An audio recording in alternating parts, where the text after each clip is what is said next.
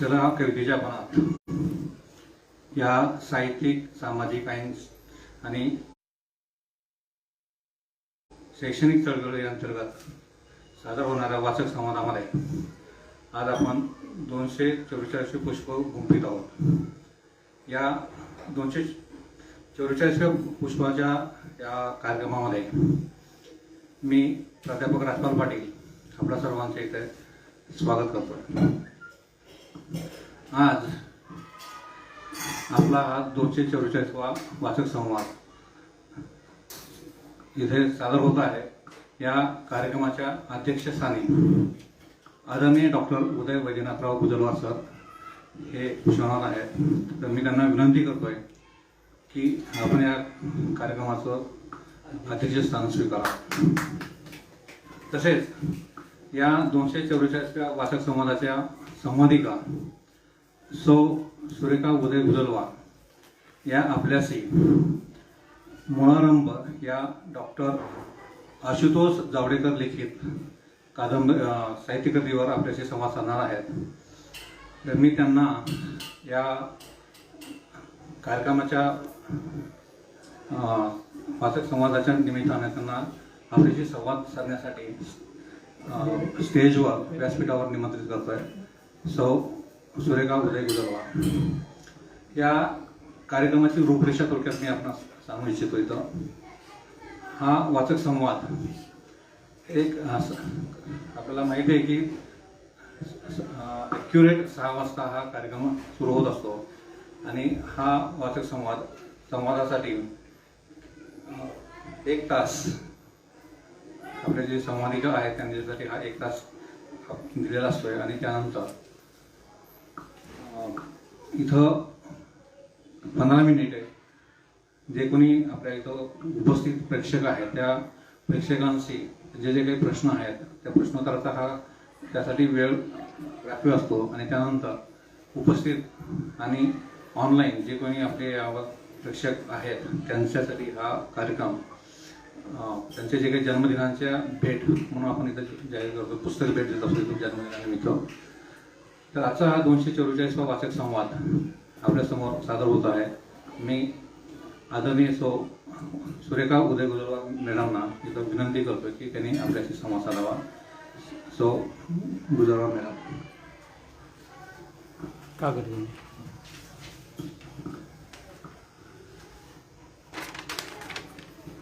धन्यवाद। आणि सर्वप्रथम मी वाचक संवाद या चळवळीच्या अनंत कदम सरांचे आभार मानते। भावनांचा कल्लोळ संघर्ष जग आहे जे आपण पाहतो, जे काही युग आहे ते त्या बदलाची पहिली चाहूल या कादंबरीमध्ये दिसून येते। आणि दुसरं वेगळेपण भारत ते सांगायचं झाल्यास पहिल्या टप्प्यामध्ये डेंटिस्ट कॉलेजमधल्या गमती जमती, लेखकाने अनुभवलेल्या डेंटिस्ट कॉलेजामधील गमती जमती, नायकाच्या कौटुंबिक नात्यातले वेगळेपण, सहली, सण, उत्सव हे सारं आणि मित्रांची धमाल। दुसऱ्या सत्रामध्ये कॉलेजमधली गॅदरिंग, भावनांचा कल्लोळ आणि नात्यातले उलगडणारे सारेच, काही ओळखीचे, काही अजाणते, काही जाणते असे बंध आणि साऱ्या घटितांचा साक्षात्कार आणि मुळारंभाची पुन्हा एकदा सुरुवात असे तत्वचिंतन एक गूढ या कादंबरीमध्ये आहे। तर कादंबरीच्या सगळ्यात सुरुवातीला लेखकाने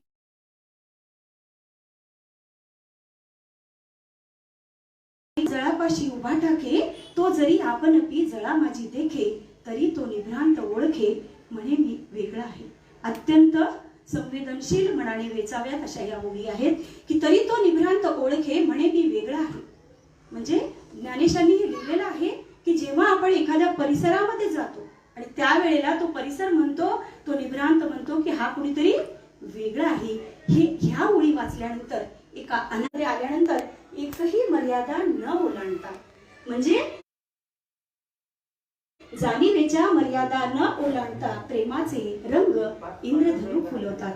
भावनांनी मनावर केलेला संयम तो तिथं आपला डब्बा खायला सुरुवात करतो। त्यावेळेला नकळतच लेखकाला प्रत्येक घास खाताना त्याचे डोळे पाणावतात, त्याला त्याच्या आईची आठवण येते. पहिल्याच पानावर लेखकाची आणि आईची म्हणजे भावनांची जी नाळ जोडलेली आहे ती आपल्याला इथे जाणवते. आणि ह्या सर्व रॅगिंगच्या आणि नवीन कॉलेजच्या मित्रमैत्रिणींसोबत जुळून घेणारा हा नायक जेव्हा तो धास्तावलेला आहे, घाबरलेला आहे रॅगिंगमुळे, मुलींची रॅगिंग, ह्या घाबरलेला हा ओम. लेखकाने असं लिहिले की मागचे धागे तुटत जातात, नवे धागे विणले जातात. खरंच आपलं आयुष्यही असंच आहे. आपल्या जीवनामध्ये जे काही व्यक्ती येतात ते जाणतेपणे मागचे धागे तुटत जातात आणि नव्या वाटा, नवे धागे विणले जातात. या सर्वांशी जुळून घेताना ओम या नायकाच्या मनातली भीती, उत्कंठा, चिडचिड, राग, द्वेष, असहाय्यता आणि सिनियर्सला द्यावयाची टक्कर, सिनियर लोकांना मी रॅगिंग मध्ये कसा फेस करू, ही इथे नायकाच्या आत मनामध्ये जो काही उडालेला भावनेचा कल्लोळ आहे तो लेखक वाचकांच्या डोळ्यासमोर जेव्हा आपण वाचतो ही कादंबरी तेव्हा ते हुबेहूब आपल्या डोळ्यासमोर प्रतिबिंबित होतात. ओंकार जोशी हा वेगळ्या व्यक्तिमत्वाचा नायक. त्याला आभाळासंगे, मातीसंगे, पावसासंगे फिरायचे होते. झाडासारखं सळसळायचं होतं आणि निसर्गाशी प्रचंड वेड लावणारा हा नायक वाचकांच्या मनामध्ये एक सळसळता क्षण आल्याशिवाय राहत नाही. आणि जेव्हा आपण हे वाचतो ना तेव्हा आपलं काहीतरी जे काही हरवलंय ना जीवनामध्ये, जे काही मिस झाले असं आपल्या प्रत्येकाला जे वाटत असते, जी आतली जी सल आहे ती आपल्याला गवसल्यागत होते, नक्कीच गवसल्यागत होते. नायकाने मनाशी घातलेला हा निखळ संवाद, नायकाने स्वतःच्या मनाशी हा घातलेला निखळ संवाद त्या सगळ्या मुलांना, आता नवीन कॉलेजमध्ये आल्यानंतर मुलांना काय असते की मी कुठले शूज घालू, कुठला ड्रेस घालू, कुठला कोट घालू, असं एक आकर्षण असतं. परंतु या आकर्षणामध्ये आधुनिकतेची, फॅशनची ओढ असणाऱ्या मित्रापेक्षा नायक आपल्या व्यक्तिमत्वामध्ये, आपल्या स्वतःमध्ये आत्मशोध लावण्याचा प्रयत्न करतो. हे या कादंबरीचं वैशिष्ट्य आहे. नायकाच्या बहुविविध व्यक्तिमत्वामध्ये संगीत, बॅडमिंटन, खेळ, निसर्गाची एकरम्यता आणि त्याचं सर्जनशील असं हृदय, म्हणजे केवळ अगदी भिकाऱ्यासाठी सुद्धा त्याचं तुटणारं काळीज, हे ह्या नायकाचे स्वभाव वैशिष्ट्य होत. मग नायक स्वतःशी म्हणतो की हे मित्र सगळे फॅशन करतायत ना, तर तो नायक स्वतःला काय म्हणतो, अरे हे स्वतःला हे स्मार्ट समजायला लागले, मी का नाही. किंवा मी स्वतःमध्ये जेव्हा तो आत्मशोध करतो तेव्हा तो म्हणतो ह्या मुलांनी कुमार गंधर्व वाचले, ह्यांनी केशवसूत वाचले, पुशी रेंगे वाचले, इंग्लिश मधली व्हर्जिनिया वुल्फ वाचली आहे. नायकाच्या आवडीचे साहित्य विशेष गौरव यात आढळतात आणि हीच त्याच्या जीवनातली फार मोठी मिळालेली ही अमूल्य देणगी नायकाला मिळालेली लेखक इथं सांगतो. म्हणजे एक अभिमानाने सांगावंसं वाटतं की आपण कुठल्याही गोष्टीमध्ये कमी आहेत. आपल्यासारखं ह्यांनी हे केलंय का, नाही केलंय. ह्यांनी व्हर्जिनिया वुल्फ वाचलीये का, नाही वाचलीये. मग हा असा साहित्य विशेष गौरव यामध्ये सापडतो. आणि जेव्हा हा नायक कॉलेजमध्ये अभ्यास करायला जातो आणि जेव्हा परीक्षेसाठी पुस्तकं घ्यायला जातो तेव्हा त्याचं लायब्ररीचं कार्ड तयार झालेलं नसतं आणि परीक्षा तर सारख्या म्हणजे युनिट टेस्ट वगैरे चालू असतात. त्यावेळेला तो म्हणतो लायब्ररीतली पुस्तकं मिळायला खूप वेळ लागेल आणि त्यामुळे तो कोठारी भांडारामध्ये जातो पुस्तक घेताना. आणि तिथं कोठारी भांडारामध्ये कोण असतो तर एक तात्या असतो आणि तो तात्या आणि त्या नायकाचा एक संवाद होतो. संवाद काय होतो की पुस्तकं मिळणार आहेत का, मला ग्रेचं पुस्तक पाहिजे, अॅनाटॉमीचं पुस्तक पाहिजे. आणि एवढी भली मोठी जाड पुस्तकं हा वाचणार आहे किंवा काही मुलं एक उगीच आता हे द्या ते द्या सत्वत असतील. किंवा ह्या दोघांचा जो संवाद होतो त्या संवादामध्ये त्या तात्यांना कळून चुकतं की हा पोरगा काहीतरी वेगळा आहे, हा एक वेगळ्या व्यक्तिमत्वाचा आहे. ही प्रचिती वाचकांना सुद्धा आल्याशिवाय राहत नाही. भीती, संशय, खोटा अहंकार, सारे राग, साऱ्या गोष्टी मागे टाकून मनाचे पृथक्करण करणारा हा नायक, अभ्यासाची बांधलेली जिद्द, पहिल्या येण्याचे स्वप्न, रॅगिंगच्या त्रासामध्येही खोटेपणा, संशय यावर केलेली मात, यावर कशाने मात करतो बघा. आपल्या जीवनात सुद्धा या गोष्टी येतात. अहंकार येतो, खोटेपणा येतो किंवा भीती येते, द्वेष येतो. पण या सर्वांवर त्याने केलेली मात, त्यासाठी काय पाहिजे आपल्यामध्ये तर सत्सद विवेक बुद्धीची जागृती. म्हणजे आपला विवेक जागृत झाला पाहिजे. हे काय चुकीचं आहे आणि काय बरोबर आहे हे जेव्हा कळतं तर ही विवेकाची पकड आपणाला खूप काही देऊन जाते.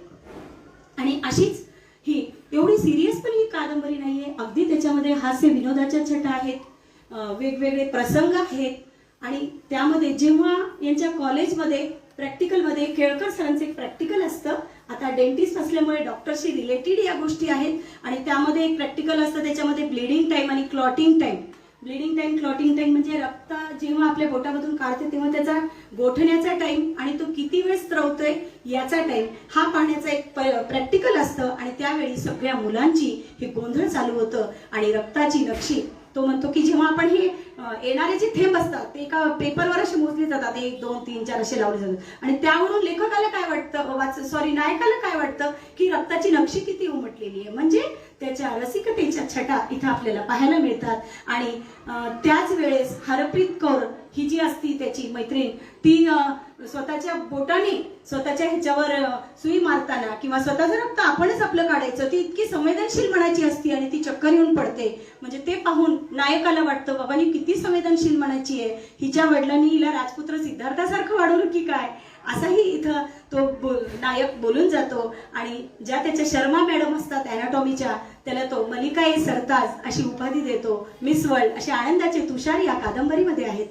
ग्रे आणि चौरसिया हे 2 अॅनाटॉमीचे पुस्तकं असतात आणि त्यामध्ये शर्मा मॅडमनी अचानक घेतलेली सरप्राईज टेस्ट असती आणि त्यामध्ये त्या मॅडमची विद्वत्ता एवढी की परीक्षेमध्ये 10 मार्काचा पेपर असतो आणि तो एवढा अवघड असतो की ओमला, ह्या नायकाला, जिंदिया, पूनम, हरप्रीत, रजत, कणक हे सगळेजण परीक्षा देतात. पण या परीक्षेमध्ये ओमला मार्क मिळतात 10 पैकी 9 आणि 9 मार्क मिळूनही तो नापास होतो. म्हणजे नापास होणारा ओम ह्याला सर्वाधिक जास्त गुण असतात. म्हणजे मॅडमची विद्वत्ता एवढी असती की या ग्रे आणि अॅनाटॉमीच्या पुस्तकापेक्षा ह्यांचं विद्वत्ता लेखक बोलून जातो. आणि त्यानंतर राव सरांचे एक प्रॅक्टिकल, ह्याचेही एक उदाहरण मस्तीचे रंग ह्याच्यामध्ये आहेत की राव सरांनी एक शेलॅक बेसप्लेट तयार करायला सांगितलेली असते. डेंटिस्ट या क्षेत्रामध्ये शेलॅक बेसप्लेट म्हणजे आपली जी कवळी असती ती कवळी बनवण्याची सगळ्यात वाईट प्लेट. आणि तो स्पोर्ट्सचे शूज घालून सरांजवळ येतो. त्यावेळेला सर त्याचा अपमान करतात की मी तुला माझ्या वर्गाच्या बाहेर टाकून देतो,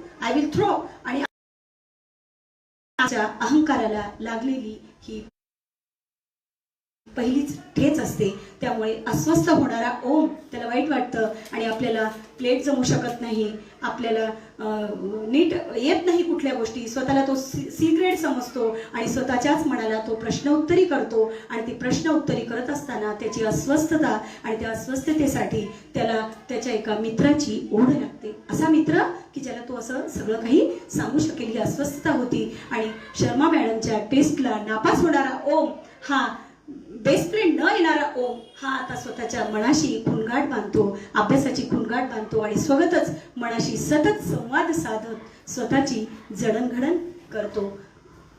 मी एवढं सांगू इच्छिते सर्व रसिकांना की आपण जेव्हा आपल्या जीवनामध्ये देखील असे अपयशाचे प्रसंग येतात किंवा कुठल्या अहंकाराला लागलेली ठेच असे प्रश्न येतात, त्यावेळेला आपण सुद्धा ह्याच्यावर मात केली पाहिजे आणि आपण त्या संघर्षातून शिकलं पाहिजे. म्हणजे ह्या कादंबरीचे पूर्ण जे कल आहेत, म्हणजे स्वभाव, गुण, विशिष्ट आणि मनातला चाललेल्या भावनांचा कल्लोळ ह्याच्यावर घेतलेली विजय हेच याच्यामध्ये दाखवलेले. आणि त्यानंतर या परीक्षा होतात आणि ह्यानंतर या प्रॅक्टिकल्स झाल्यानंतर हा ओम, हा नायक भावंडासोबत, मामा मावशीसोबत 1.5 दिवस महाबळेश्वरच्या टूरला जातो आणि तिथे तो बॅडमिंटन खेळतो, मनसोक्त स्विमिंग पूलावरील स्विमिंग करतो. आणि त्यावेळेला स्विमिंगमध्ये पोहत असताना नायकाने स्वतःशी घातलेला संवाद तो आतल्या आत स्वतःला म्हणतो की ओम, तू हुशार आहेस का नाही, तू मोठा आहेस का, तू एकटं वाटतं का तुला, इथे भीती नाहीये, रॅगिंग नाहीये, कॉलेजच्या दहशतीचं वातावरण नाहीये, पण नायकाला हवा असणारा बंध जो धरून ठेवेल. नायकाला कशाची गरज आहे इथं की मला एका बंधाची गरज आहे, पण तो कुठला बंध आहे की जो धरून ठेवलं तरी बांधून, अतिशय अप्रतिम अशा ओळी ह्याच्यामध्ये आहेत की जो धरून ठेवेल तरी बांधून ठेवणार नाही, वादळ आलं तरी तुटणार नाही, पूर आला तरी वाहून जाणार नाही. आणि असा बंध मला हवाय की जो जाणवेल मला आतल्यात पण तो दिसणार नाही, जो भक्कम असेल पण जड होणार नाही, दोघांनाही पार आत आपल्या आर पार तो जोडेल. मग हा काय तर हा पावसासारखा कोसळेल, भिजवेल मला, परंतु हा गारठू देणार नाही. आणि जो बंध मला कधीच भेटला नाही तरी तो जागृत राहील, जो मनाच्या माझ्या आतल्या कोपऱ्याला उजवेल आणि आनंदाचं निधान असेल. असा वेगळा बंध, ज्या बंधामध्ये ती गर्लफ्रेंड नाही, लग्न नाही, मैत्री नाही, मित्र नाही, असा कुठला बंध असेल तर प्रत्येकाच्या मनामध्ये असा उमटलेला भावस्पंदनाचा बंध. भावस्पंदनाचा बंध हा आपला जागृत होतो. ह्या ओळी वाचताना आपल्या मनातला हा बंध जागरूक होतो. अशी अप्रतिम चेतना जागृत करणारा, अंतःकरणाच्या स्पंदनाला जागृत करणारी ही वाक्ये, अतिशय मोलाची ही वाक्यातला एक सजीव क्षण. पुन्हा पुढच्या दुसऱ्या टप्प्यामध्ये आपण पाहतो की मनदीप ही ओमची मैत्रीण असते. तिच्या सहवासामधले रम्य क्षण, पावसातील, निसर्गातील हवेहवेसे वाटणारे मोकळ्या आभाळ मोकळ्या गप्पातील सिद्धार्थ मनदीप यांची पुन्हा एकदा भेट होते. आणि यानंतर मनदीप ही भेट असताना एकदा हॉटेलमध्ये भेट होते आणि त्या सिद्धार्थ आणि मनदीपच्या धक्का भेटीमध्ये तिच्या अंगावर असं गरम असं पडतं आणि तिला पोळते. आणि त्यानंतर जो हा सिद्धार्थ अवलिया गच्चीच्या पायरीमध्ये भेटलेला आहे सुरुवातीला, तो मात्र तिथं ओम मात्र त्या सिद्धार्थला एक ठोसा मारतो. हा एक इथं गमतीचा क्षण आहे. आणि मग त्यानंतर हा सिद्धार्थ जो आहे तो गूढ शेवटपर्यंत हा आलेला आहे. आणि मग सगळ्या ह्या बाकीच्या मित्रांची भेट ओमच्या घरी होते आणि सर्वांची भेट इथं होते. आणि मग ते सगळेजण एक आनंदाने उत्कर्षाने मैत्रभाव जपतात. आणि ओमचे म्हणजे या नायकाची आई वसुधा आणि वडील सुधीर यांच्या कौटुंबिक घरातील वातावरणातील हा एक संवाद आहे. आणि वसुधा ही त्याची आई असते आणि त्याच्या आईची आई म्हणजे रोहिणी आजी ही घरी येते, काही कालावधीसाठी घरी येते. आणि जेव्हा ती जायला निघते त्यावेळेला म्हणजे आईची आई ज्या वेळेला जायला निघते त्यावेळेला आईच्या डोळ्यातून पाणी येतं. आणि आईला आता कुठला सासूरवास, म्हणजे लेखकाने असं म्हटलेलं आहे की आता कुठला सासूरवास, असा सासूरवास नसला तरी आई येणार म्हटलं तरी पाणी आणि आई जाणार म्हटलं तरी पाणी येतं. ते पाणी आईसाठी असतं आणि हरवलेल्या स्वतःच्या हरून गेलेल्या बालपणासाठी असतं.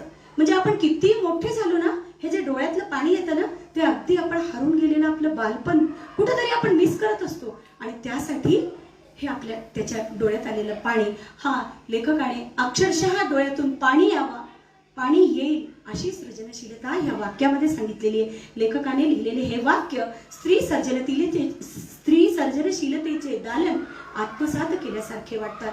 नायकाने त्यानंतर ह्या भावनेच्या तरंगावर उड्या घेत तो नायक शांताबाई शेळके यांचे हळवेच शब्द गातो. ही वाट दूर जाते स्वप्नामधील गावा, माझ्या मनातला का तेथे असेल रावा. खरंच माझ्या मनातला हा रावा जो आहे तो भेटणं खूप अवघड असतं.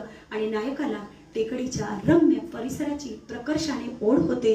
तेव्हा तो म्हणतो की असता चलास तेथे रविबिंब टेकलेले, असता चलास जेथे रविबिंब टेकलेले. आणि रविबिंब टेकलेले म्हटल्याबरोबर त्याला प्रकर्षाने ओढ होती. ती कशाची होती की मला जाऊन टेकडीवर फिरायचे, तो सूर्य बघायचाय, चंद्र बघायचंय, निसर्गाशी खेळायचे ही त्याला ओढ लागती. आणि नायकाच्या मैत्रिणीने विचारलेला प्रश्न की सूर्य हा तुमचा खरंच नातलग आहे का, तर हा प्रश्न खराच असतो की या निसर्गाचा जो आहे सूर्य हा कोण आहे की सगळ्या जगाला, अख्ख्या जगाला जो जागवतो त्या सूर्यासोबत, या तेजस्वी सूर्यासोबत खरंच म्हणते की या तेजस्वी सूर्याचा तेज लिहूनच हा नायक याकडे लोक 5 मिनिट लक्ष देते. आणि आपण याच्या अभ्यासासाठी, डेंटिस्ट अभ्यासासाठी 5 वर्ष का घालवायची. हा एक हास्य विनोद शैली इथे तो मांडून जातो. 5 वर्ष अभ्यास करायचा, 5 वर्ष असं तो म्हणतो. आणि या हास्य विनोद छटा, प्रेम छटा या कादंबरीतून आपल्याला पाहावयाच्या मिळतात. जिंदिया, गीता, मनदीप, कणक, ओम हा यांची एक गाढ मैत्रीचं सर्कल असतं, एक वर्तुळ असतं. त्यानंतर कॉलेजमधला गणपती उत्सव आणि यामध्ये मनदीप, कनक, जिंदिया हे सगळे भिन्न भिन्न धर्माचे लोक असतात. परंतु ह्या गणपती समोर जेव्हा तो येतो तेव्हा तो गणपतीच्या पाया पडतो. आणि जेव्हा हे सगळे लोक, भिन्न जाती धर्माचे लोक आपण एकत्र येतो तर काय असतं की आपल्या शरीराला बांधलेलं, आपण शरीराने सगळे वेगळे, पण जेव्हा आपण एकत्र येतो तेव्हा काय आपल्यामध्ये ह्याच्यामध्ये लिहिलेले की अगदी बिंदुवत, अगदी छोटं, म्हणजे आपला जीव केवढा असतो, अगदी बिंदू एवढा, अगदी छोटा असतो. म्हणजे आपण ह्या नात्याने एकमेकाशी जोडलेला आहोत आणि गणपती पुढे आपण झुकलेलो आहोत. आणि नायकाची श्रद्धा इथे जागृत होते आणि तो गणपतीला नमस्कार करतो. तेव्हा गणपती पुढे झुकलेले असताना गणपतीची श्रद्धा आणि हा विद्येचा आदिगुरु हा पहिला लेखक, माझ्या जीवनातला पहिला लेखक असं म्हणून ओम म्हणतो. आणि तो नकळतच हा ओम आपली तुलना त्या गणपतीसोबत करतो. आणि मी आणि गणपती हा सारखाच दिसतो, परंतु याचं भल्लं मोठं जे पोट आहे ते मात्र मला जो भेटलेला अवलिया सिद्धार्थ आहे त्याच्यासारखं आहे असं त्याच्या मनामध्ये येऊन जातं. आणि सिद्धार्थ त्याच्या डोळ्यासमोर येऊन थांबतो. त्यानंतर ओमच्या घरचे आई बाबा सगळे गावाला गेलेले असतात. आणि ह्या सगळ्या मित्रांची घरी बैठक होती. पत्त्याच्या डावाची रंगत होते. आणि पत्त्याप्रमाणे, पत्त्याचा डाव कसा असतो बघा, की आपल्याला जे वाट्याला येईल आपण ते टाकतो, आहे की नाही. आपल्याला जिंकायचं जरी असलं तर लालपणची साथ आपण खेळतो हा गेम, परंतु आपल्या नशिबाला जे पत्ते आलेत ना त्याच्यासोबतच आपल्याला अनुभवायचं असतं. दुसऱ्यांचे पत्ते आपल्याला काय ना, त्यामुळे तो नशीब आणि डोकं ह्याची युती इथं लेखक सांगतो की नशीब काय, कधी कधी आपलं डोकं खूप चालतं, खूप चालतं, पण आपलं नशीब साथ देत नाही. आणि कधी कधी डोकं बंद असतं तरी सुद्धा त्याचं नशीब असं वेगाने धावत असतं, वेगाने फळफळत असतं. हा एक इथं नशीब आणि डोक्याची युती अगदी मला आवडलेली आहे. तसंच मनदीप, कणक, गीता, रजत, ओम यांच्या बौद्धिक चर्चा होतात. आणि ओमला वाटणारी ही मित्राबद्दलची कृतज्ञता आपल्या मनाला स्पर्शून जाते. त्यानंतर ओमच्या घरी त्याच्या आईची मैत्रीण येते. तिचं नाव असते मेघना. आणि ती मेघना आल्यानंतर ती विचारते, अगं तुझा ओम तर 10वीला आहे, 12वीला आहे, आणि मग तू ओमच्या अभ्यासाकडे लक्ष नाही का देत, ओमच्या 10वीकडे लक्ष देत नाहीस का, असं ती विचारते. म्हणजे ज्यावेळेला तो 10वीला असतो त्यावेळेला. तर ती त्याची आई इतकं सुंदर उत्तर देते की मी त्याच्या 10वीच्या अभ्यासाकडे लक्ष देत नाही, मी लक्ष देतेय. मी लक्ष कुठे देते, तर त्याच्या मनामध्ये चालणाऱ्या उलाढालींना. अरे ओमच्या मनामध्ये तो वरून जरी दिसला तर त्याच्या मनामध्ये 1760 उलाढाली होत असतात. आणि ह्या उलाढाली मी अभ्यासत असते. आणि ही आई आणि मूल यांच्या हृदयाची ही स्पंदने एकत्रित होतात. आई मुलाच्या मनाचा ठाव घेते, जो एकत्रित घेतो ते मला फार आवडलेलं आहे. जोशपूर्वक अभ्यास करतात. आणि ओम सुद्धा असा जोशपूर्वक अभ्यास करतो. आणि अभ्यास करता करता तो कंटाळतो. आणि त्यावेळेला तो त्याच्या आजीला फोन करतो. त्याच्या आजीचं नाव असते रोहिणी. त्याची आजी डॉक्टर असते, डॉक्टर रोहिणी काळे. आणि त्यावेळेला तो आजीला म्हणतो की आजी, मी हे अॅनाटॉमीचे मसल्स किती वेळा पाठ केले, अॅनाटॉमीचे मसल्स मी पाठ करत आहे, परंतु माझ्या डोळ्याचे मसल्स दुखत आहेत, त्याचे काय करू. आणि ही हास्य छटा इथे पण येऊन जाते. आणि आजी, तू अभ्यास कसा करत होतीस, तर ती म्हणायची, अरे मी पण थकून जात होते. तेव्हा चकित होणारा हा ओम आणि म्हणतो की ग्रे आणि अॅनाटॉमी तू वाचलंय का. जेव्हा त्याची आजी म्हणते, अरे तुला अजूनही पुस्तकाची नावं पाठ आहे, तू एवढी म्हातारी झाली आणि अजूनही पाठ आहे. तर आजी आणि त्याचं हे, तर आजी म्हणते की एवढी पाठांतराची मस्ती आणि ऊर्जा या अभ्यासू ओम मध्ये येते. आणि नक्कीच तो पहिला येतो. तर सत्र पुढचे त्याच्यामध्ये परीक्षा होते. आणि परीक्षा देऊन परीक्षानंतर हे सगळे जण सहलीला जातात.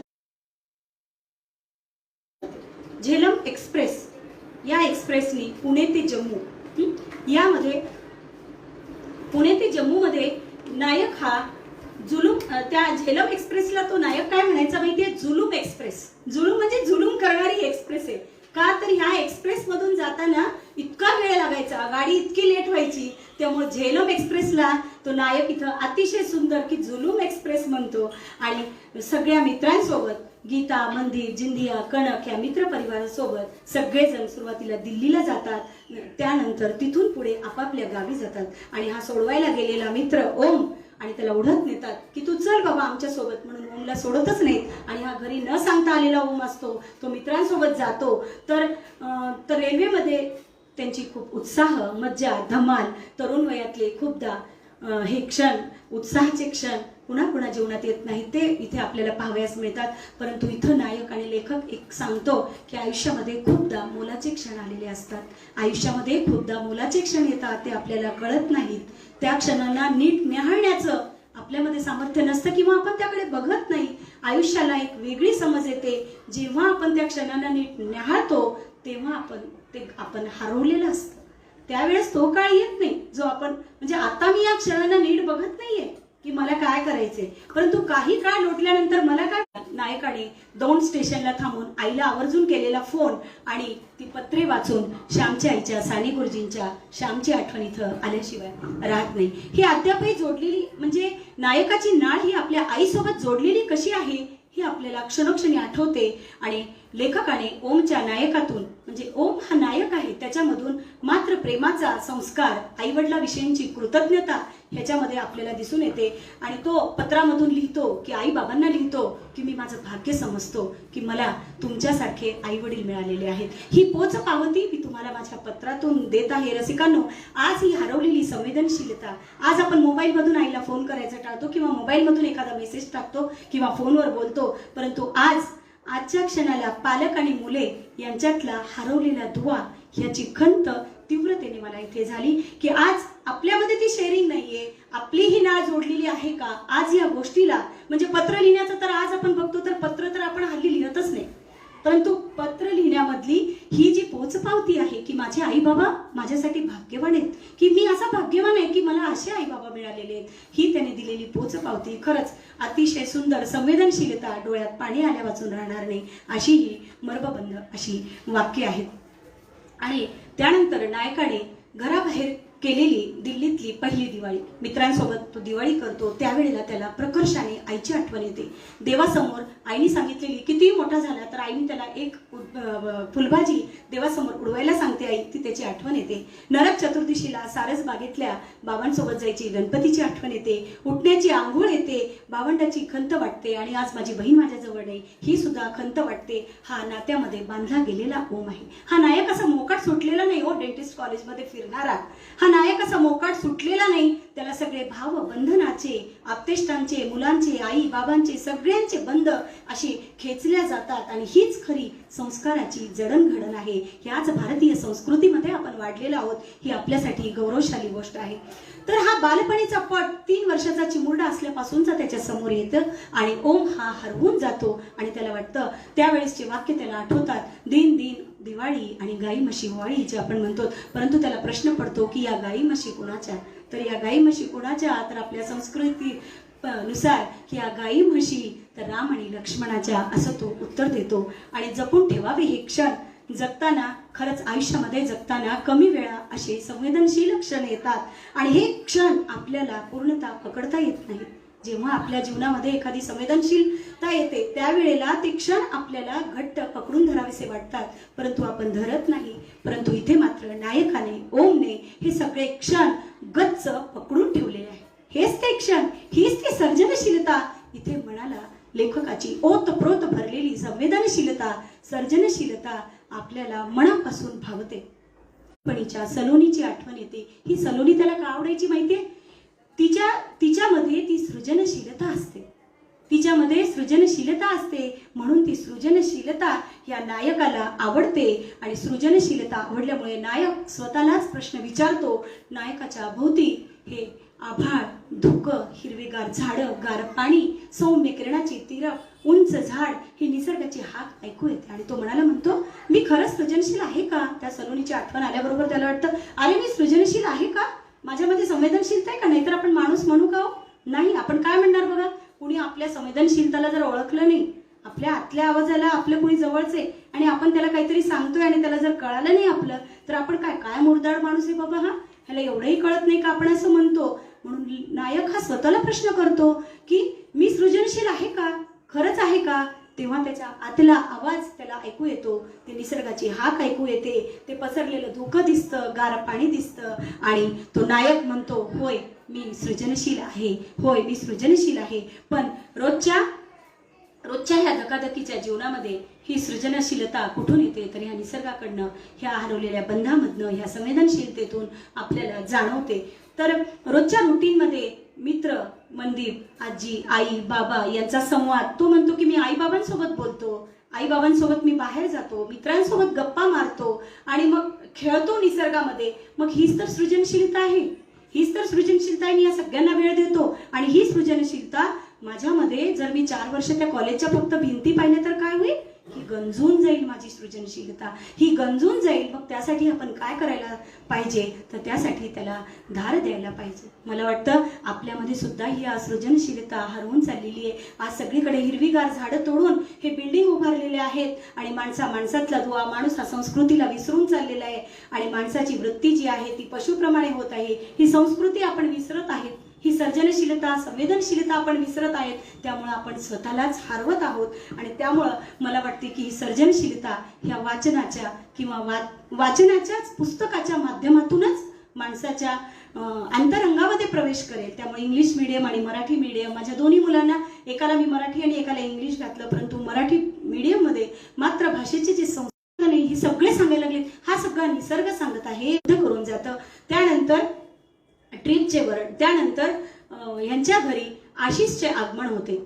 जेव्हा तो सहलीवरून घरी येतो, नायक हा घरी येतो, तेव्हा तो घरी आल्यानंतर आपल्या सहलीतले जे काही फोटो काढलेले आहेत, मग त्या फोटोमध्ये घुमट, दिल्लीचा घुमट असेल, लोधी गार्डन असेल, कुतुब मिनार, इंडिया गेट, लाल किल्ला, राजपथ, ओमने सारे आपल्या आईबाबांना तो दाखवत असतो की बघा या फोटोमध्ये बघा आम्ही इथं गेलो होतो, तिथं गेलो होतो. असं तो आपले अनमोल क्षण आणि मित्रांचं प्रेम हे आईबाबांना दाखवत असतो. आणि त्याच वेळेला त्यांच्या घरी आशिष हा ओमचा चुलत भाऊ असतो, तो येतो, तो ऑस्ट्रेलियातून येतो. आणि त्यावेळेस त्याचे बाबा म्हणजे त्या आशिषने त्याच्या आईबाबांना, म्हणजे वास्तविक आशिषचे जे आईबाबा असतात त्यांचं एकमेकाशी पटत नसतं आणि ओम नायकाचे जे आईबाबा असतात ते एकत्रित असतात, ते एकत्रित पाश त्याच्या आईबाबांचे असतात, म्हणजे एकत्र राहतात. ते त्यांचे स्वभाव म्हणा, ऍडजस्टमेंट म्हणा ही. आणि त्यावेळेला त्याच्या बाबांना म्हणजे काका काकूंना तो एक येऊन एक मिठी मारून जातो, एक आलिंगन देतो. इथं हा प्रेमस्पर्श आपल्याला देऊन जातो. आणि त्यावेळेला म्हणजे नायकाच्या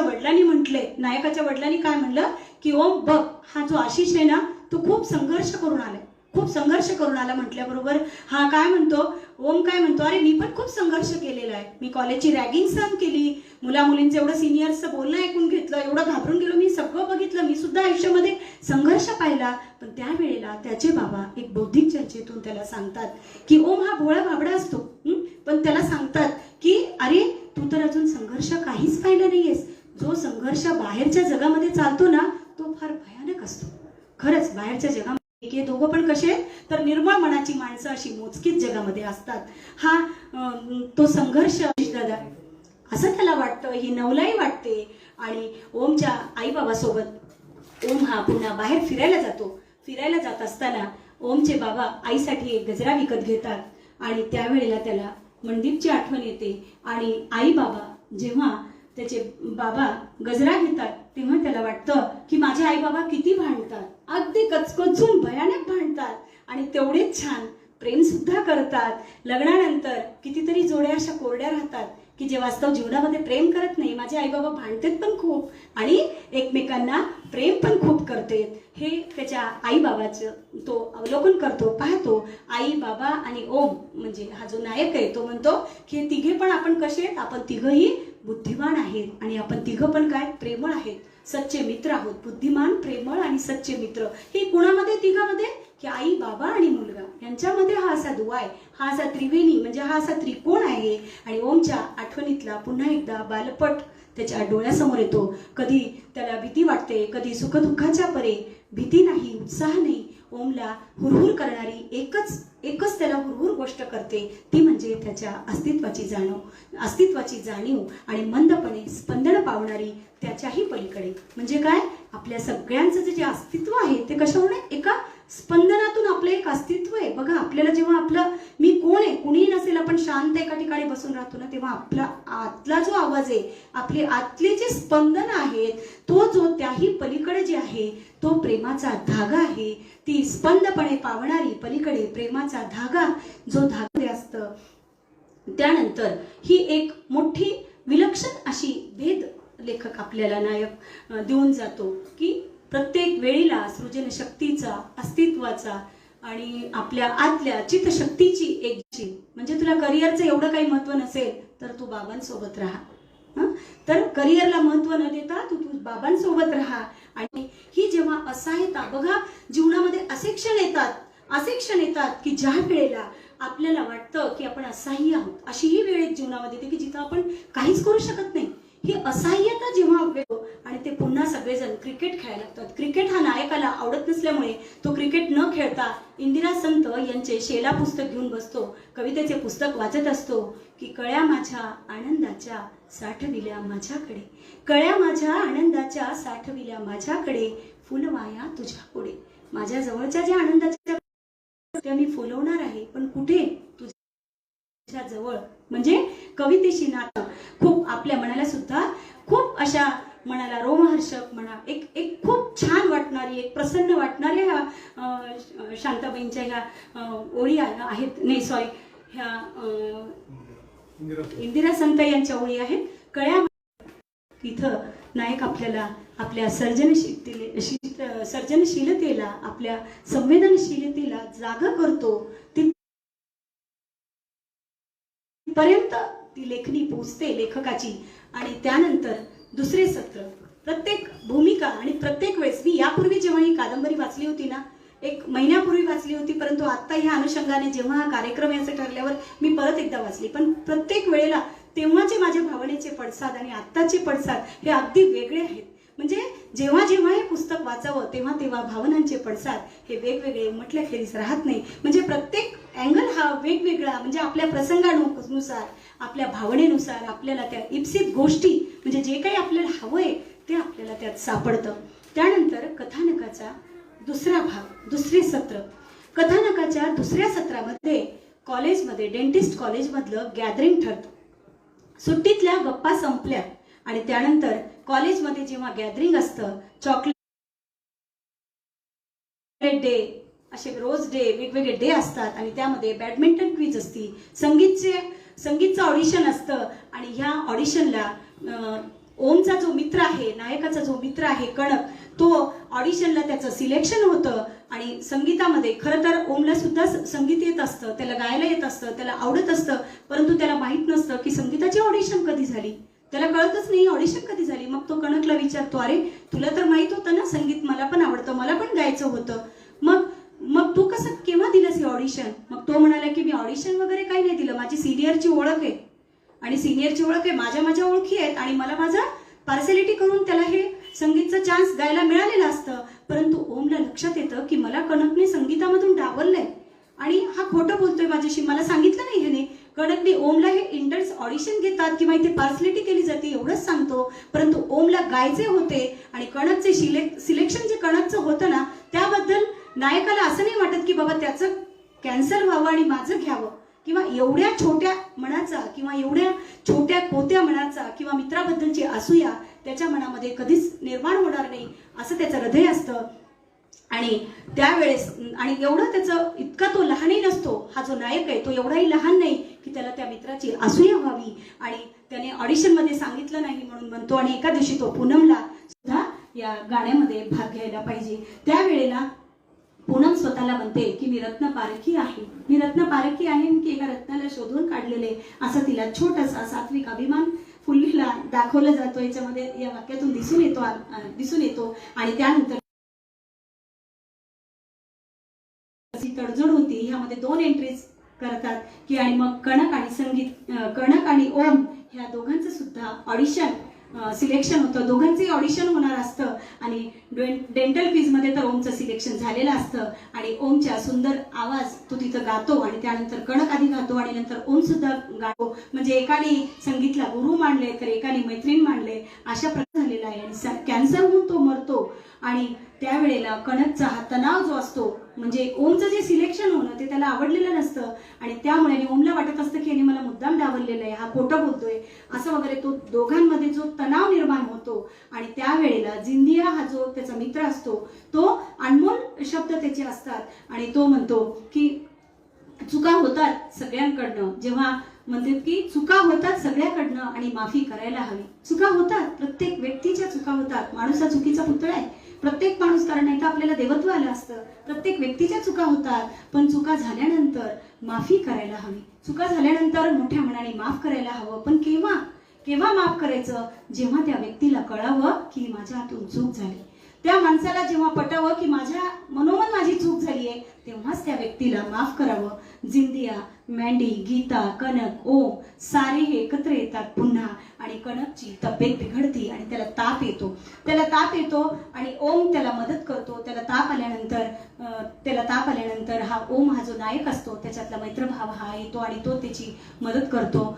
त्याच्या डोक्यावर थंड पाण्याच्या पट्ट्या ठेवतो, त्याची मदत करतो. त्याला खोकला येत असतो, त्याला तो जीव घालतो असं. आणि ओमला म्हणजे तो वाहून जातो, त्याचा मैत्रभाव त्याचा जागृत होतो आणि तो विसरून विसरून जातो की आपल्याला त्याने डावललंय, त्याने आपल्याला हे केलं. ह्या सगळ्या गोष्टी तो राग जो आलेला असतो, जो तणाव असतो, तो विसरून जातो. आणि ज्या वेळेला तिथं जिंदिया येतो आणि तो ओमला म्हणतो की आता ओम म्हणतो की मी आता चाललोय आणि तू सांभाळ आता तुझ्या मित्राला, असं म्हटल्याबरोबर त्याला जिंदिया लगेच म्हणतो की सांभाळ. म्हटल्याबरोबर तो म्हणतो थँक्स फॉर द हेल्प म्हणल्याबरोबर त्या नायकाचं काळीज तिथं तुटतं आणि तो हेल्मेट अडकवतो आणि त्याच्या डोळ्यातून अश्रूची चिंबधार वाहते. त्याच्या अश्रूची धार ती थांबेच ना, त्याच्या साऱ्या भावनांची मांदियाळी इथे होते. कुठल्याच भावनेला धरून ठेवता येईना. मैत्रीच्या कोशातील वनव्यामध्ये मधोमध उभा असा ओम वाचकांच्या डोळ्यामधून अश्रूंची धार वाहिल्याशिवाय राहत नाही. वाचकांच्या डोळ्यातून अश्रूची धार वाहिल्याशिवाय राहत नाही. आणि मग त्यानंतर तो स्वतःलाच प्रश्न करतो की कोण चुकतंय, मी चुकायलो का तो चुकायला? तो माझ्याशी खडूस वागला, तो प्रामाणिक नाहीये. मी माझ्या आयुष्यामध्ये प्रामाणिक आहे, पण कोण चूक आहे म्हणतोय की कोण खडूस म्हणतोय? चुकीचं कोणीच वागलं नाही. त्यावेळेला ओमच्या आतल्या आवाजाची उत्तरं ऐकण्यासाठी तो क्षणभर थांबतो. खरं बघा, आपल्या जीवनामध्ये जेव्हा आपण चुकतो, प्रत्येक जण, मी सुद्धा चुकते, पण ज्या वेळेला आपण चुकतो ना, तेव्हा आपल्या मनामध्ये आपला आतला आवाज आपण ऐकला पाहिजे की आपल्या आतल्या आवाजाची साक्ष आपल्याला पटली पाहिजे. आणि ती अस्वस्थता, ती हुरहुर, ही मनाची आंदोलने आपल्या देखील जीवनामध्ये येतात. कधी कधी अतिशय सुंदर रोचक पद्धतीने लेखकाने भावना विवश वाचकांना करून सोडलेले आहे. जिंदियाचा आनंद आणि कणकची सेवा, ओमचे जे पश्चाताप, दोघांनाही झालेले हे अनुतापाचे अश्रू, दोघांनाही वाईट वाटतं आणि हे अनुतापाचे अश्रू आनंदाचे होतात. आणि कणक हा त्याच्या सोबतच राहतो आणि त्याच्या डोक्यावरनं जो प्रेमाचा हात थोपटवतो, सगळं करतो तो ओम. परंतु तरी देखील त्याचा सात्विक अभिमान, म्हणजे राग जो आपल्याला येतो की चूक कोण बरोबर कोण, हे त्याच्यावर, त्या रागावर विवेकाने, त्याच्या सद्विवेकाने पुन्हा तो मात करतो. आणि पुन्हा ही मनाची आंदोलने आपल्याला अतिशय मनामध्ये एक घट्ट रोवल्या जातात, एक अंकुरित होतात.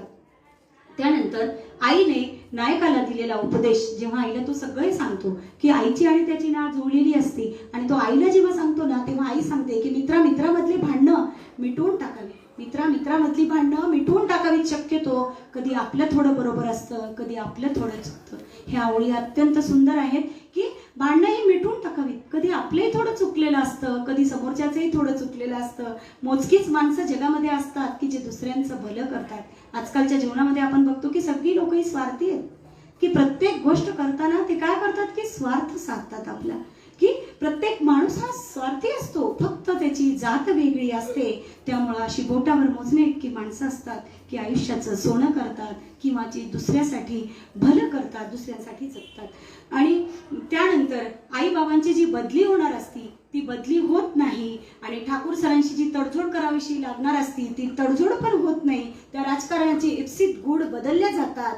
आणि पुन्हा मनदीप घरी येते आणि त्याच्या रोहिणी आजीला भेटते आणि ती त्या मनदीपला नाचून म्हणून स्वीकारते. मनदीप ओम यांची मोकळी भेट होते आणि आयुष्याचा एकत्र निर्णय घेण्याचा स्वीकार होतो. त्यानंतर ओम हा नायक, अख्खी कादंबरी ही ओमच्या जडणघडणाची, संस्काराची, त्याच्या सभोवताली आलेल्या प्रसंगाची, प्रत्येक भावनांचे मनामध्ये कसे रुजावेत आणि सूक्ष्मपणे बारकाईने जर आपण पाहिले ना, नक्कीच ह्या सगळ्या गोष्टी आपल्या चेतना फुलवीत असतात. हे फक्त वाचण्यापुरतं मर्यादित नव्हतं किंवा मी सांगते म्हणून मर्यादित नाही, तर ह्या गोष्टी जेव्हा आपण सांगतो ना किंवा वाचतो आणि आपल्या मनामध्ये उतरवतो ना, तेव्हा खरंच माणसाच्या जीवनामध्ये बदलवण्याची ताकद या कादंबरीमध्ये आहे. हे मला पुन्हा पुन्हा सांगावेसे वाटते. आपण सूक्ष्मपणे, अत्यंत मनापासून जर ही कादंबरी वाचली तर आपल्याला हे भावभावनांचे अढळ इथे सापडतात. तर आशिष पुन्हा जो त्याचा चुलत भाऊ असतो तो पुन्हा त्याला फोन करतो आणि त्याचा लग्न करण्याचा निर्णय सांगतो. त्यावेळेला ओमच्या विचाराची तारंबळ उठते. तो म्हणतो, अरे हा आत्ताच लग्न करत नाही म्हणाला, आत्ताच हो म्हणाला, हे काय चालले आहे? ओमला वाटतं की विश्वास ठेवण्यासारखं जगात कोणीच नाही, विश्वास ठेवण्यासारखं जगात कोणीच नाही. जिंदियावर नाही, मनदीपवर नाही, कणकवर नाही, आईवर नाही, आशिषवर नाही. सगळे आपले आपले बेत बदलत आहेत. खरंच हे जीवन आहे. मन बदलत आहे, पण आपण कुठे? आपण तर जिथल्या तिथंच आहेत. सगळं बदलत आहे, परंतु ओम मात्र बदलत नाहीये. सगळं जग आपले बेत बदलत आहे. तर मग तो नायक, अतिशय सुंदर कादंबरीतल्या ओळी आहेत की नायक सांगतो की कुठला बदल? कुठला बदल की आज लग्न करतो म्हणायचं, आज नाही म्हणायचं, आज असं म्हणायचं, आज उद्या तसं म्हणायचं, हे जे विश्वास आहे तो एका ठिकाणी राहत नाही, वेगवेगळा राहतो. तर हे जे आहे तर ह्या बदल हा चांगला किंवा वाईट नसतो. तर लेखकाने अतिशय सुंदर वाक्य म्हणजे ह्या कादंबरीतले अगदी मौल्यवान वाक्य म्हटलं, प्रेसियस जरी म्हटलं तरी चालेल, ही वाक्य की आपण आपला हा बदल हा चांगला किंवा वाईट नसतो. तर एक तर जग तुम्हाला बदलवत असतं, एक तर जग तुम्हाला बदलवत असतं, आणि जर तुमच्यामध्ये ताकद असेल तर तुम्ही जगाला बदलवता. जर तुमच्यात ताकद असेल तर तुम्ही जगाला बदलवता. बदल मला नकोच आहे. बदल तारुण्य येणार आहे, वार्धक्य येणार आहे, वय वाढणार आहे, शक्ती खचणार आहे, पण शेवटी मृत्यू तो तरी शाश्वत कुठं आहे? शेवटी मृत्यू तरी शाश्वत कुठं आहे? असा मोठा धीर गंभीर प्रश्न मनातल्या विचारांना आपल्या घिरट्या घालणारा. मग हे सगळं आयुष्यातल्या सगळ्या गोष्टी फसव्याच का? हा प्रश्न कधी कधी वाचकांनाही पडतो की विश्वास म्हणजेच काय, आयुष्यातलं फसवं जग का?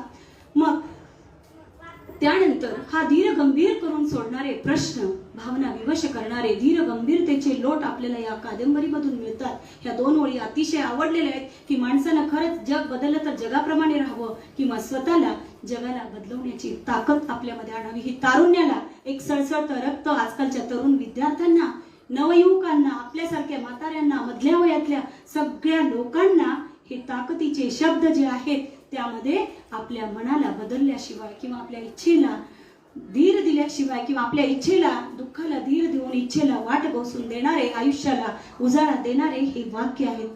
त्यानंतर कॉलेजमध्ये प्रॅक्टिकल असतं. डेंटिस्टचं कॉलेज म्हणजे काय की जो माणूस गेलेला आहे त्याचं सगळे अवयव बघणे, विच्छेदन करणे आणि कुणाच्या नसा बघणे, कुणाचे बघणं. त्यावेळेला ओम हा सगळ्यात सुरुवातीला जेव्हा तो पाहतो तेव्हा एकदम आश्चर्य होतो, अरे ह्या माणसाचं काय बघायचं, ह्या नसा कुठे आहेत, हे मसल्स कुठे आहेत, हा अभ्यास करतो आपण, पण आज हा माणूस आहे, उद्या मी असेल इथं, उद्या ही मनदीप असेल. म्हणजे शाश्वत गोष्टीकडं, जे काही नश्वर आहे ना, हे नश्वर आहे सगळं, शरीर वगैरे हे सगळं नश्वर आहे. म्हणजे जे काही शाश्वत आहे तिकडे नायकाचा कल, लेखकाचा कल शाश्वत गोष्टीकडे वळतो, एक वेगळं. आणि तो काय म्हणतो की मग आता उद्या मी सुद्धा इथं असणार आहे. म्हणजे ही जे सत्य आहे, त्रिकालबाधित सत्य आहे, जन्म आणि मृत्यू. जगामध्ये ईश्वराने या दोनच गोष्टी आपल्या हातात ठेवलेल्या आहेत की या जन्म आणि मृत्यू हे जगातलं सगळ्यात मोठं शाश्वत सत्य आहे. आणि कॉलेजातील मग या प्रॅक्टिकल मधल्या मृतदेहाला पाहून ओमला विविध प्रश्न पडतात. स्वतःच्या मृत्यूपर्यंत तो विचार करून येतो. सारेच जिवंत लोक आणि आपल्या साऱ्यांनाच एका दिवशी मरावे लागणारे या तंद्रीमध्ये असताना त्याला आजीने, रोहिणी आजीने सांगितलेले शब्द आठवतात.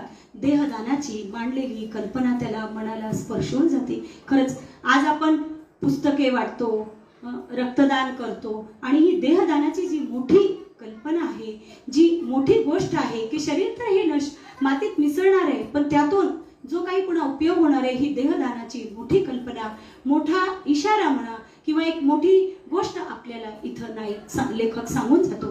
त्यानंतर उत्तरार्धामध्ये पुन्हा टेकडीवर चढणारा ओम, निसर्गाच्या सानिध्यामध्ये रमणारा ओम, मैत्रीच्या पाशामध्ये जिंदिया, कणक, मंदीप, भिन्न भिन्न विचारसरणीच्या विविध व्यक्तिमत्वाचे तरंग ज्यांच्या सानिध्यातून ओमच्या जडणघडणीचे वेगवेगळ्या व्यक्तिमत्वाचे पैलू आपणास इथे सापडतात.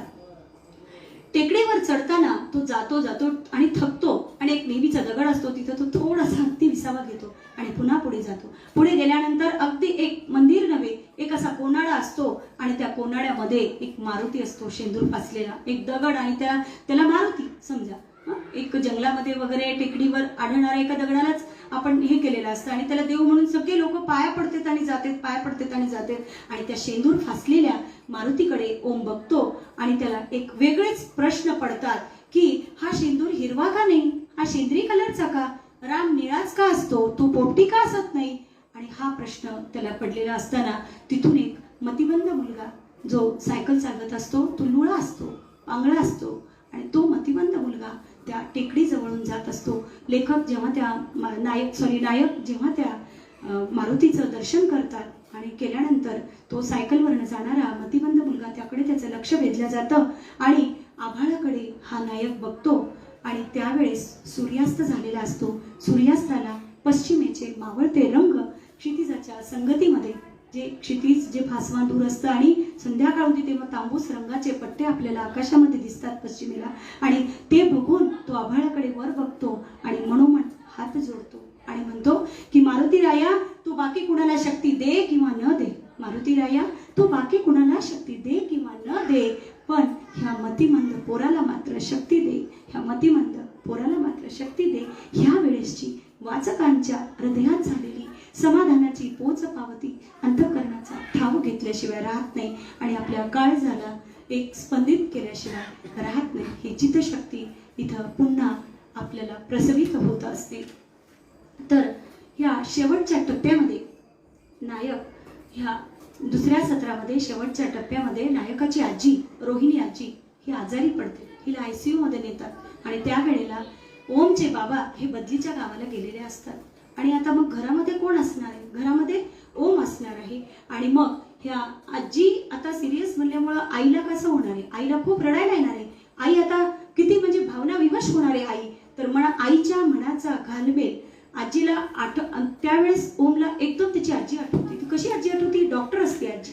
आणि आजी कशी आठवती? तर ती कर्तबगार आजी त्याला आठवते आणि त्याचे डोळे भरून येतात आणि हा रडणारा नायक आईच्या काळजाचा ठाव घेतो आणि वाचकांच्या डोळ्यामध्ये पाणी आल्याशिवाय राहत नाही. आजीसाठी आईच्या मनाच्या व्यथा जाणणारा, काळजाचा ठाव घेणारा, भावविभोर असा ओम, अगदी मनाला स्पर्शून गेलेला नायक, वडील परगावी असल्याने कर्त्या पुरुषाची जबाबदारी सांभाळतो आणि तो पुन्हा त्याला वाईट वाटतं आणि आईला तो मदत करतो, आईला सोडतो, आईसोबत राहतो. आणि हा प्रसंग, या प्रसंगानंतर पुन्हा आजीची तब्येत ठीक होते आणि त्यानंतर त्याच्या घरी चैत्र गौरीचं हळदी कुंकू असतं आणि ओमला आईसोबतचा वेळ जास्तीत जास्त घातल्यामुळे, कारण आई सोबत जास्त वेळ कसा की कधी कधी आई फोनवर बोलत असताना तो पाठीमागे थांबून ऐकायचा.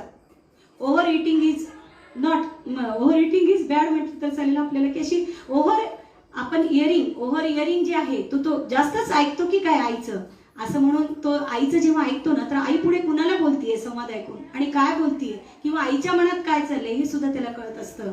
म्हणजे आईचं ओव्हर हिअरिंग म्हणजे तो ऐकतो, बोललेले संवाद फोन मधले ऐकतो आणि त्यावरून त्याला आई काय बोलतीये, कुणाला बोलतीये हे कळत असतं.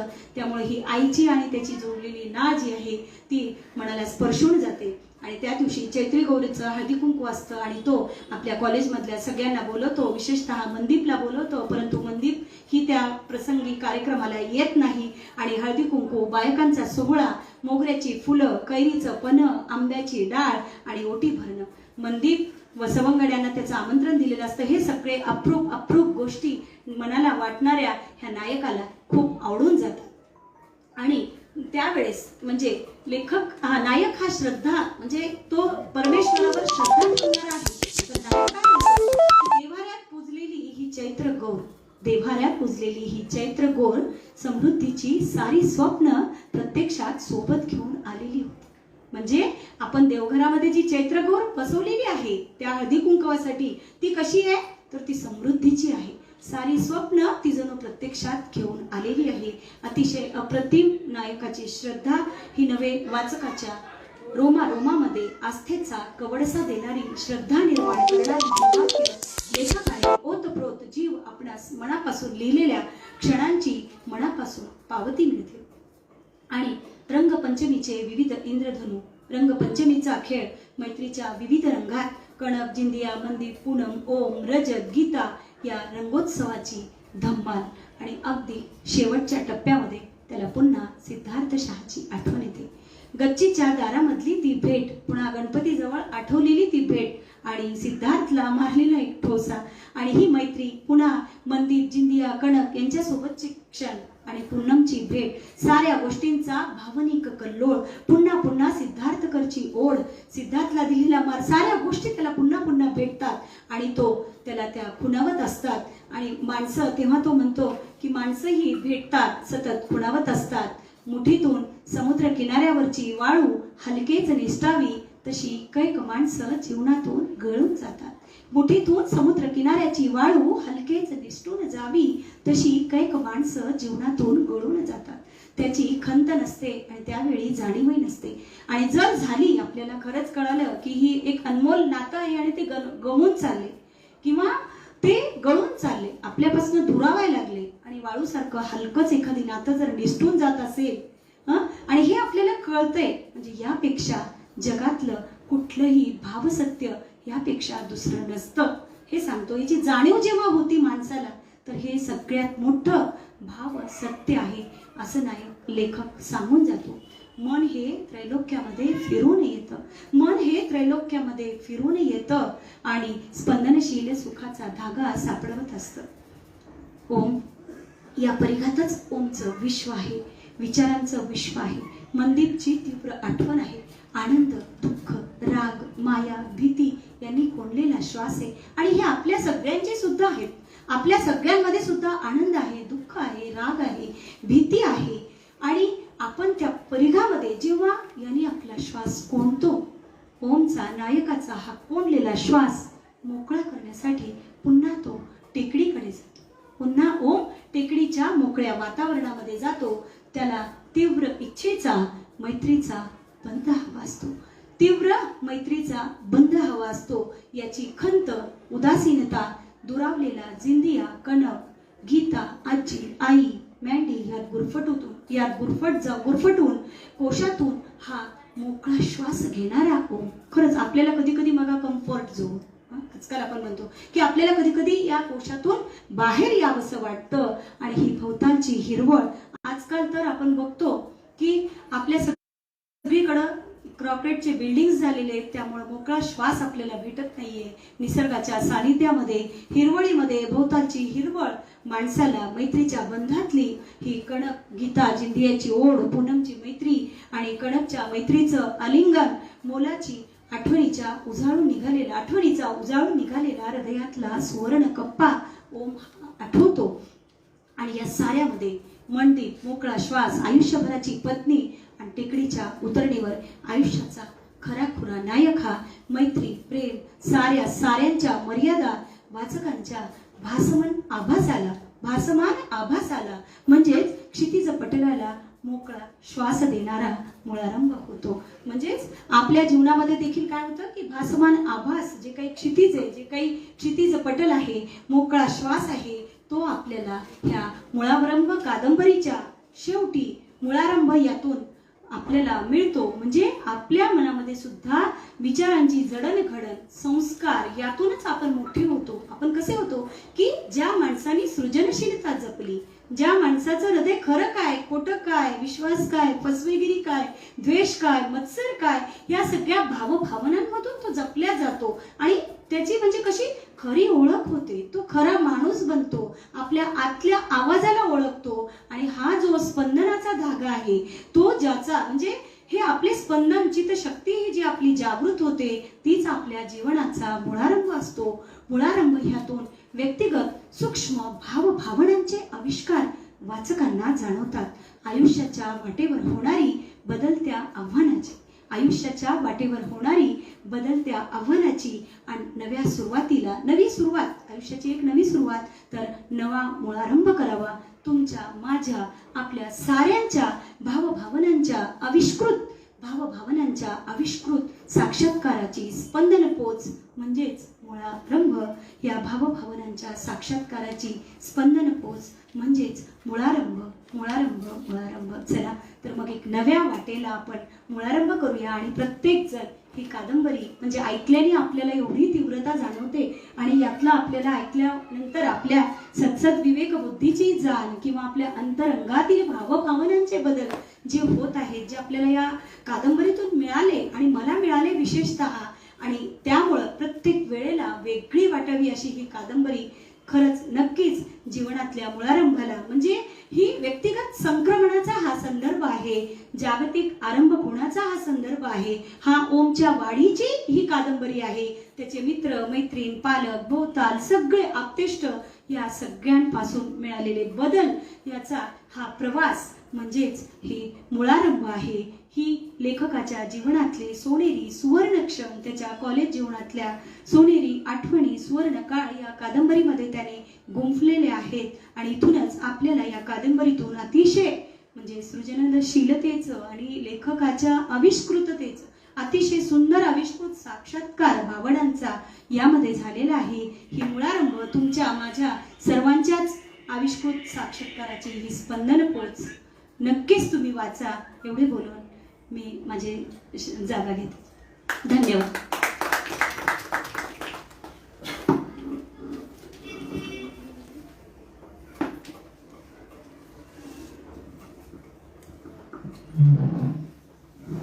धन्यवाद मॅडम.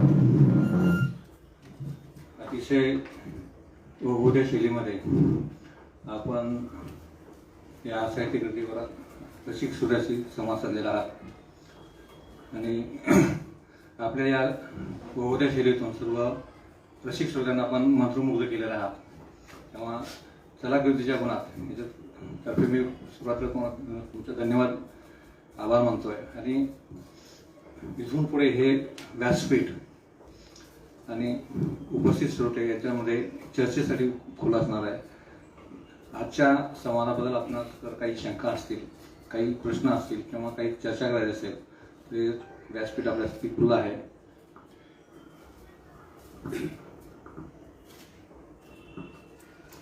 मुळारंभ ही जावळीकरांची कादंबरी अत्यंत भावनिक आहे. एकदम आदर्श असा नायक ओम आहे आणि त्यातनं आपल्याला बरंच काही घेण्यासारखं आहे. प्रत्येकाच्या जीवनामध्ये असे काही प्रसंग येत असतात. एकदम सृजन करण्यासारखी ही कादंबरी आहे. प्रत्येकाने सृजन करावं असंही ताईंनी सांगितलेलं आहे. अत्यंत अशा ओघवत्या भाषेमध्ये डॉक्टरी पेशामध्ये असून देखील गुजरावर ताईने अत्यंत ओघवती भाषेमध्ये आणि आवाजाचे आणि अत्यंत हावभाव असं ख्यातनाम प्राध्यापकाला लाजवेल अशा भाषेमध्ये आम्हाला तर वाटत होतं की आम्ही कुठल्या कॉलेजमध्येच बसलो की काय. आणि आम्हाला वाचून देखील एवढं ही कादंबरी भावणार नाही. ते ताईने अत्यंत अशा ओघवती भाषेमध्ये अशा शैलीमध्ये की खरोखरच आपणच आहोत की काय नायक आणि आपण देखील काहीतरी सृजन केलं पाहिजे असं आम्हाला भासत होतं. आणि प्रत्येकाने या प्रसंगातून ताईने जे आपल्याला आता अत्यंत बोधप्रद असं प्रवचन आपलं वाचक संवाद केलेला आहे. तर आपण सर्वांनी याच्यापासून सृजन करण्यासाठी आपण काय करता येईल, कुठल्याही वयामध्ये आपल्याला सृजन करता येतं. आता शेवटी ओम हा आपल्या म्हणजे देहदान करण्यासाठी म्हणजे जिवंत असताना तर माणसाने आपल्या समाजामध्ये परोपकार केला पाहिजेच. परंतु मृत्यूच्या नंतर देखील आपण काही ना काही आपण म्हणजे मरावे परी कीर्तिरूपेवर आहे असं आपण म्हणतो. तर अत्यंत असा आदर्श नायक आणि ताईने आपल्या पुढे अत्यंत असं चांगल्या प्रकारे मांडलेला आहे. आता आपण ही कादंबरी वाचावी जरूर, पण वाचण्याची देखील गरज नाही असं मला वाटतं. कारण ताईने एवढं सखोल असं त्याच्या मार्गदर्शन केलेलं आहे आणि अत्यंत ओघवत्या भाषेत केलेलं आहे. तरी माझ्यातर्फे आणि वाचक समाजातर्फे त्या पद्धतीनं यामध्ये विवेचन केलेलं आहे. त्यामुळं या ठिकाणी मॅडमला मी माझ्यातर्फे धन्यवाद देतो.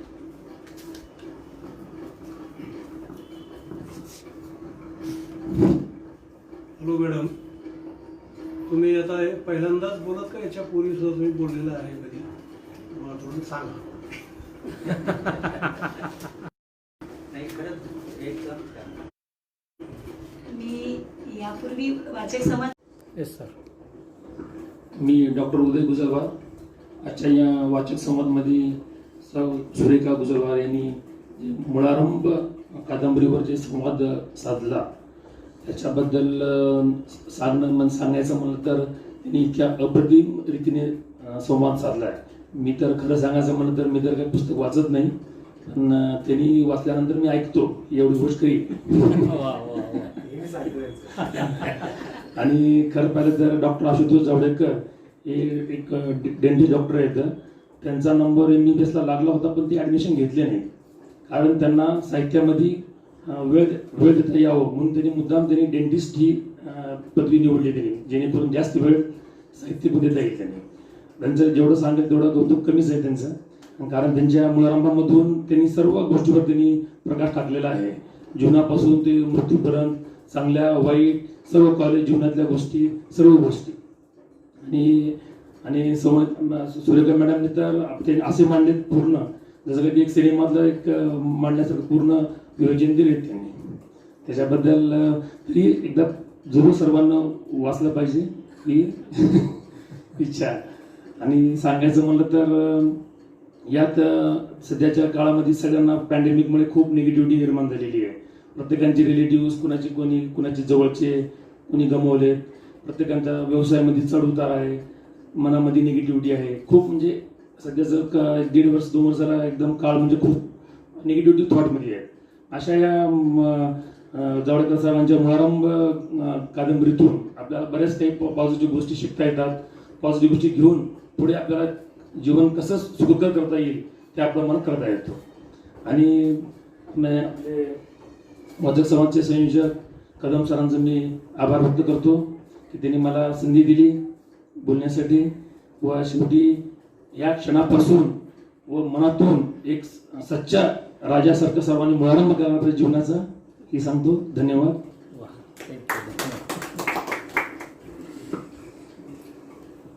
धन्यवाद सर. यानंतर या कार्यक्रमाचा आभार प्रदर्शन करण्यासाठी मी ऋषिकेश उदय गुजरवार यांना आमंत्रित करतो. नमस्कार. आजच्या कार्यक्रमाच्या संवादिका सौ सुरेखा गुजरवार या माझ्या आईच आहेत. त्यांनी डॉक्टर आशुतोष जावडेकर यांच्या मुळारंभ कादंबरीवर केलेले संवाद माझ्या मनामध्ये नवीन विचाराचे पडसाद उमटून दिले आहेत. तसेच मी त्यांचे वाचक समाजातर्फे खूप आभार मानतो. तसेच आजच्या कार्यक्रमाचे अध्यक्ष डॉक्टर उदय गुजरवार हे माझे वडील आहेत. त्यांनी अध्यक्षस्थान स्वीकारून कार्यक्रमाला एक वेगळीच उंची प्राप्त करून दिली, त्यामुळे मी त्यांचेही आभार मानतो. आणि आणि आपल्या सर्वांमध्ये वाचनाची गोडी निर्माण करणारे व वाचक संवाद यांचे संयोजक आनंद कदम सर यांचेही मी मनोमने खूप आभारी आहे. व आपण सर्वजण फेसबुक लाईव्हच्या माध्यमातून आपल्या सर्वांना कार्यक्रम उपस्थित राहिलात म्हणून तुमचेही आभार मानतो. आणि अध्यक्षांच्या वतीने कार्यक्रम संपला असे जाहीर करतो. धन्यवाद.